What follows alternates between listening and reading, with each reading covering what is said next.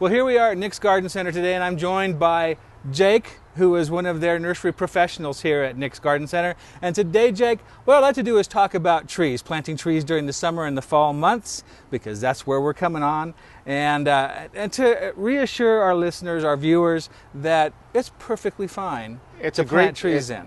Keith, you're right. It's a great time to plant trees. Our growing season still has about 2 months to go. Oh yeah. Our average frost doesn't occur until about the middle part of October. Right.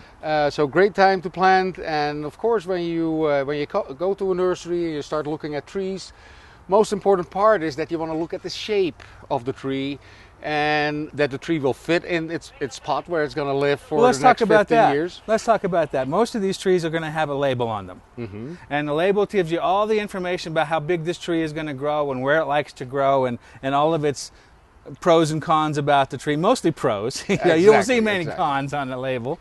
But these labels aren't always accurate for Colorado conditions. So it's very good to talk to a guy like Jake, wherever you're going, to get the skinny, essentially, on what this tree is really going to do in the Denver area. That's a very important point. These taggies are generic. These trees are shipped to Boston, to Seattle, to Portland, Oregon. Yeah. When you're at sea level with high humidity levels, these trees will grow the size that it states on the taggy. They'll get bigger and faster. Faster. For Colorado, you take about 10% of height and width to be more accurate what things will grow at a mile high with low humidity levels. Take 10% off. 10% less width. Yeah, okay. 10% less height.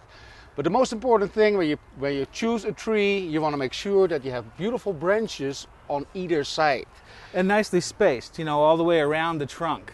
Correct. Not all the just way around, flat or all on hanging. one side. Yeah. Then you want to look at the leader of the tree as well. You want to have a straight leader, you want to have a straight trunk. And look for good colored leaves. Look for leaves that have the appropriate size and shape of the leaf, because that'll tell you the tree is nice and healthy. And look for some nice new growth. This tree has close to a foot of growth on it. Exactly, Keith. About a foot, maybe a foot and a half on these ornamental pears. Second best-selling specimen in Colorado. Is that right? At every garden center. No kidding. Well, they're beautiful plants. They bloom in the spring. They have beautiful foliage during the summer, and then they have a nice fall color. Beautiful bronze red fall color. One of the other reasons I like to say it's okay to plant during the summer and the fall, is because these trees are container grown, which means they've got every root they ever grew.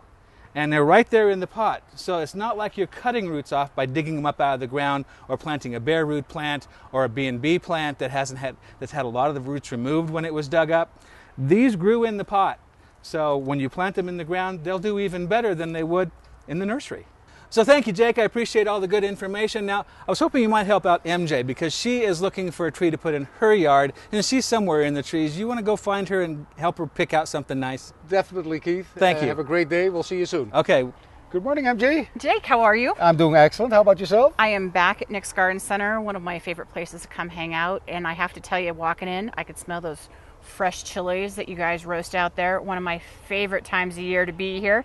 I'm going to have to come back to load up. But today I'm here because I need to pick a tree for an area.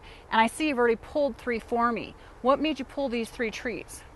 Well, MJ, these are our most popular varieties of trees here in Colorado. And it doesn't matter if you buy a tree at Nick's or at any other garden center, but these are the 3 most popular ones. Now, let me ask you this. Of course, different trees need different locations. What is the purpose today of planting a tree? Well, unfortunately, that's one of the mistakes I think a lot of homeowners make, is when they pick a tree, they don't think about the total mature height and mature width. We have an area that's kind of on the smaller side, so, 10 to 20 feet width is about as much as that area really truly can handle. Well, in a location like that, MJ, I would suggest we're looking at the Chanticleer Pear this morning. The Chanticleer Pear is like a big teardrop-shaped tree, so it doesn't get too wide, and it looks like your location needs a little bit of less width. For instance, if you go with a maple, maples will mature to 40 feet high and 25 feet wide. Fast growers, but big trees. Big trees, big trees. The other benefits of the Chanticleer Pear is it's an ornamental. It's a fruit tree, but it's ornamental. It means it doesn't bear fruit. Shiny green leaves through the growing season, and then, of course, in the fall, beautiful bronze. What do you have behind you? Right behind me here, this is a spring snow crabapple. Now, this particular tree, again, an ornamental. It's the only crabapple that doesn't bear fruit. Plus that it's a very compact tree. The spring snow matures to about 15, 16 feet high and the same width. So it's a rounded shape, so it makes a great blocker. If you want to block that RV, the neighbor's windows, or that junk car, this is another tree to look at for those purposes. Well, I love your three selections, but obviously with our space, the maple is out. Chanticleer Pears, I have to tell you, are one of my all-time favorite trees. They work great in so many different locations.